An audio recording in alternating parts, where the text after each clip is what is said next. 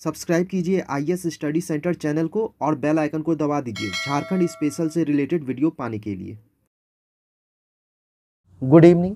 आज की क्लास में हम लोग जो है छोटा नागपुर काश्तकारी अधिनियम सीएनटी के बारे में पढ़ेंगे। पिछले क्लास में मैंने सीएनटी से रिलेटेड जो भी इम्पॉर्टेंट फैक्ट हैं उसके बारे में मैंने आप लोगों को बता दिया था। इसके अंतर्गत हम लोगों ने देखा था कि सीएनटी में जो है टोटल अध्याय 19 है और इन 19 अध्यायों के अंतर्गत धाराएं जो हैं 271 है। तो हम लोगों को ये सारे अध्याय को पढ़ना है और इन सारी धाराओं को भी पढ़ना है। अगर मैं एक ही बार में इन सारी अध्यायों को बताऊं तो आप लोग कंफ्यूज कर जाइएगा, आप लोगों को जो है कुछ भी समझ में नहीं आएगा।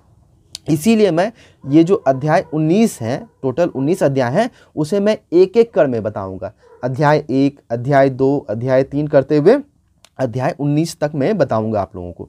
तो आपका जो है सीएनटी का क्लास 19 पार्टों में विभक्त होगा, ठीक है ना। तो थोड़ा सा लंबा होगा, आप लोगों को पेशेंस रखना होगा और आप लोग जो है सारी क्लासों को देखिए। तो चलिए स्टार्ट करते हैं अध्याय 1 से। अध्याय 1 में हम लोगों को प्रारंभिकी के बारे में पढ़ना है और अध्याय 1 जो है एक्ट 1 से एक्ट 3 तक बटा हुआ है, यानी धारा 1 से धारा 3 तक है। तो धारा 1 में जो है संक्षिप्त नाम तथा प्रसार है, यानी धारा 1 के अंतर्गत हम लोगों को क्या पढ़ना है, सीएनटी का संक्षिप्त नाम पढ़ना है तथा सीएनटी किन क्षेत्रों में फैला होगा, यानी इनका प्रसार किन क्षेत्रों में होगा, उसके बारे में हम लोगों को देखना है। तो इससे रिलेटेड इंपॉर्टेंट फैक्ट को देख लेते हैं। इस अधिनियम का संक्षिप्त नाम छोटा नागपुर काश्तकारी अधिनियम 1908 है। तो प्रश्न बन सकता है कि सीएनटी का किस एक्ट के माध्यम से संक्षिप्त नाम छोटा नागपुर काश्तकारी अधिनियम 1908 रखा गया है। तो आप लोगों का जवाब होगा धारा एक्ट 1, यानी एक्ट 1 के माध्यम से ही इसका नाम क्या रखा गया है, छोटा नागपुर काश्तकारी अधिनियम 1908। अब इसका प्रसार देख लेते हैं। तो इसका प्रसार उत्तरी छोटा नागपुर, याद रखिएगा कहाँ पे, तो उत्तरी छोटा नागपुर और दक्षिणी छोटा नागपुर प्रमंडलों में होगा, ठीक है, जिनमें वे क्षेत्र या उन क्षेत्रों के भाग भी शामिल होंगे जिनमें बिहार उड़ीसा नगर पालिका अधिनियम 1922, याद रखिएगा कौन सा, बिहार उड़ीसा नगर पालिका अधिनियम 1922, यानी बिहार उड़ीसा अधिनियम 7 1922 के अधीन कोई नगर पालिका या अधिसूचित क्षेत्र समिति गठित हो अथवा जो किसी छावनी के भीतर पड़ते हो। तो हम लोगों ने धारा 1 के अंतर्गत देखा, इसका संक्षिप्त नाम क्या होगा, छोटा नागपुर काश्तकारी अधिनियम। और इसका प्रसार कहाँ कहाँ होगा, तो उत्तरी छोटा नागपुर क्षेत्र में होगा, दक्षिणी छोटा नागपुर प्रमंडलों में होगा। इसके अलावे बिहार उड़ीसा नगर पालिका अधिनियम 1922 के अधीन जो भी क्षेत्र होंगे वहाँ पे इसका प्रसार होगा। अब हम लोग धारा 2 की ओर बढ़ते हैं। धारा 2 को जो है निरसन कर दिया गया है इसका, यानी इसे रद्द कर दिया गया, इसे समाप्त कर दिया गया। इससे रिलेटेड जो इंपॉर्टेंट फैक्ट है देख लेते हैं। अनुसूची क में शामिल अधिनियम और अधिसूचनाओं को छोटा नागपुर प्रमंडल में निरसित यानी रद्द किया जाता है। फिर दूसरा है अनुसूची ख यानी बी में शामिल अधिनियमों को धनबाद जिले, याद रखिएगा कहाँ, तो धनबाद जिले में तथा सिंहभूम जिले में पदमदा, ईचागढ़ और चांडिल थानाओं से निरसित यानी रद्द किया जाता है। ये धारा 2 के अंतर्गत था। अब जो इंपॉर्टेंट धारा आ रहा है वह है धारा 3। इसमें जो है परिभाषाओं को संकलित किया गया है। तो ये बहुत ही इंपॉर्टेंट है, इसे आप लोग अच्छी तरह से नोट डाउन कीजिएगा और याद कर लीजिएगा। धारा 3 जिसमें क्या है, परिभाषाएं हैं, देख लेते हैं। पहला है कृषि वर्ग, यानी वे वर्ग जो भू काश्तकारी से संबंधित हैं, कृषि वर्ग के रूप में परिभाषित किया गया है। तो ये क्या हुआ, इसका मतलब कृषि वर्ग वे वर्ग होंगे जो किससे संबंधित हो, भू काश्तकारी से संबंधित हो, ठीक है। कृषि वर्ग किससे संबंधित होंगे, भू काश्तकारी वर्ग से या भू काश्तकारी से संबंधित होंगे, उसे ही क्या बोलेंगे हम लोग, कृषि वर्ग बोलेंगे। आगे बढ़ते हैं। कृषि वर्ष, अभी हम लोगों ने कृषि वर्ग को देखा था, अब हम लोग कृषि वर्ष के बारे में देखेंगे।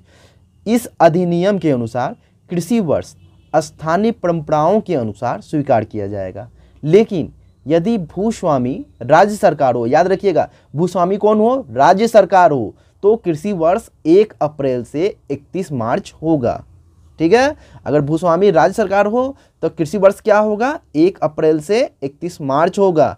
अगला परिभाषा देखते हैं हम लोग भुकुत बंध बंधक के बारे में। ऐसे रैयत जो उधार या ऋण में लिए गए धन के लिए बंधक रखे गए हो और सभी प्रकार के शुद्ध लाभ से बंधक अवधि तक वंचित रहे, उसे ही हम लोग क्या बोलेंगे, भुकुत बंध बंधक बोलेंगे।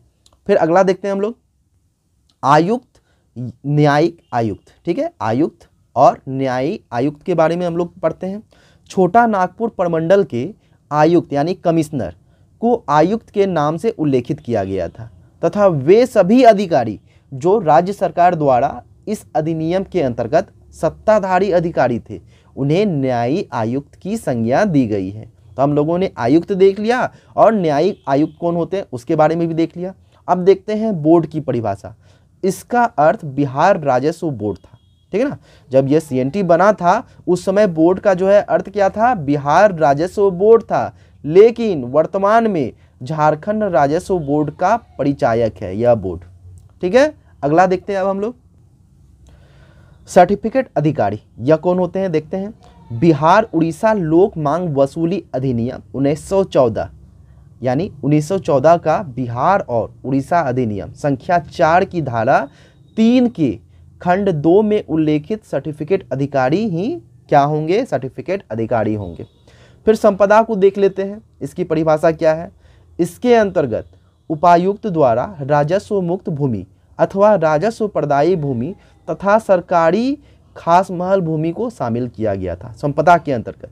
और वन उपज क्या होता है, तो लकड़ी, चारकोल, रबर, रेजिन, प्राकृतिक वार्निश, छाल, लाह, महुआ, फूल तथा हरोत्की, इसे मायरो बालन भी कहा जाता है, वृक्ष तथा पत्ते, फूल तथा फल, वृक्ष के उत्पाद, पौधे, घास, लता इत्यादि, जंगली जानवर तथा उसके चमड़े, हाथी दांत, सींग, हड्डियाँ, रेशम, कोया, मधु और मोम, सिल्क, मधुमक्खी उत्पाद तथा निम्नलिखित प्रकार के खनिज इसमें शामिल होंगे, जैसे लोह अयस्क, कोयला, चिकनी मिट्टी, चूना पत्थर, पीट, तल मृदा यानी सरफेस सॉइल जो होता है, बालू इत्यादि, ये सारे जो है इसके अंतर्गत शामिल होंगे।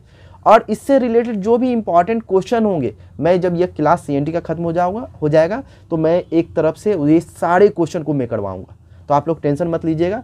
CNT से रिलेटेड जो भी प्रश्न होंगे उसे मैं लास्ट में करवाऊंगा। अब देखते हैं कोड़कर भूमि की परिभाषा। ऐसी भूमि जो धान की खेती के लिए कृत्रिम रूप से चौरस किया गया हो, नदी नालों के निकटवर्ती भूमि, यानी जहाँ जैसे देखिए नदी जा रही है, नाला है या पहाड़ है, उसके बगल की जो भूमि होगी उसे कोड़ कर चौरस कर दिया गया धान की खेती के लिए, वैसे ही जमीन को क्या बोला जा रहा है, कोड़कर भूमि बोला जा रहा है, ठीक ना। वैसी भूमि जिसमें धान की खेती के लिए क्या किया जा रहा है, नदी हो, नाला हो, पहाड़ हो, उसके नज़दीक के ज़मीन को क्या किया गया है, कोड़कर या सपाट करके कृत्रिम रूप से जो है खेती के लिए तैयार कर दिया गया और वहाँ धान की खेती कर दी गई। वैसी ही भूमि को क्या बोल रहे हैं, कोड़कर भूमि बोल रहे हैं। अब जंगल संपत्ति के बारे में देख लेते हैं। इसके अंतर्गत खड़ी फसल भी आती है, याद रखिएगा, जंगल संपत्ति के अंतर्गत खड़ी फसल भी आएगी। अभी तुरंत मैंने बताया था, जैसे पत्ते थे, फूल थे, पौधे थे, उसके अलावे जो खड़ी फसल है वह भी जंगल संपत्ति के अंतर्गत है। अब हम लोग काश्तकार के बारे में देख लेते हैं। वह व्यक्ति जो किसी अन्य व्यक्ति के अधीन भू धारण करता हो अथवा यदि कोई विशेष संविदा यानी कॉन्ट्रैक्ट ना हो तो लगान अदायगी के लिए स्वयं उत्तरदायी हो। इसे इस तरह समझते हैं कि जैसे जमींदार है, भूस्वामी है, इसके अंतर्गत कौन है, काश्तकार है। भूस्वामी के अधीन जो भूधारक है वह कौन है, काश्तकार है। जमींदार के अंतर्गत कौन है, काश्तकार है। अब काश्तकार से जो है लगान कौन वसूलेगा, ये जमींदार वसूलेगा, और ये जो लगान वसूली होगा यानी भू राजस्व जो होगा वह सरकार को जमींदार द्वारा दिया जाएगा। ठीक है, आगे बढ़ते हैं। ग्राम यानी गांव के बारे में हम लोग देखते हैं। गांव किसे कहा जाएगा, ऐसा क्षेत्र जो सर्वेक्षण के अभिलेख में ग्राम के रूप में स्वीकृत किया गया हो अथवा यदि सर्वेक्षण का कार्य नहीं हुआ हो। जैसे देखिए अभी मैं बोला क्या, अभिलेख हो और उसमें गांव के रूप में यह अगर शामिल हो तो उसे हम लोग क्या कहेंगे, गांव कहेंगे या ग्राम कहेंगे। अगर सर्वेक्षण का कार्य नहीं हुआ हो तो वह क्षेत्र जो आयुक्त या उपायुक्त के आदेश से ग्राम के रूप में स्थापित किया गया हो, तो वैसे ही क्षेत्र को हम लोग क्या बोलेंगे, ग्राम बोलेंगे या गांव बोलेंगे। अब देखते हैं मुखिया या ग्राम का प्रधान क्या है। ग्राम के व्यक्ति समूह का प्रधान जिसे परंपरागत रूप में अथवा शासकीय रूप में अधिकार प्राप्त हो, उसे ही हम लोग क्या बोलेंगे, मुखिया बोलेंगे या ग्राम प्रधान बोलेंगे। इसके अलावे विहित, विहित क्या होता है, तो राज्य सरकार द्वारा नियम को लागू करना विहित कहलाता है, ठीक है ना। अब हम लोग जो है भूतरीति देखते हैं। भूतरीति मतलब होता है स्वामित्व, यानी कि भूधारक का हित, यानी कि जो जमीन है उस पे धारक का क्या अधिकार होगा, वह क्या होता है, भूधरीति होता है। इसके अंतर्गत मुंडारी, खुदकतीदारी, काश्तकारी नहीं आती है। याद रखिएगा, ये जो भूधरीति है इसके अंतर्गत जो है मुंडारी, खुदकतीदारी, काश्तकारी नहीं आती है, ठीक है। अब अस्थाई भूधरीति देखते हैं। वंशगत भूधरीति जो सीमित काल के लिए धारित नहीं हो, यानी कि यह जो है वंश के अनुसार चलता हो। पिता से पुत्र को मिला हो, पुत्र से फिर पुत्र को मिलेगा, फिर पुत्र से उसके पुत्र को मिलेगा, तो इसे ही क्या बोलते हैं हम लोग, अस्थाई भूधरीति बोलते हैं, ठीक है।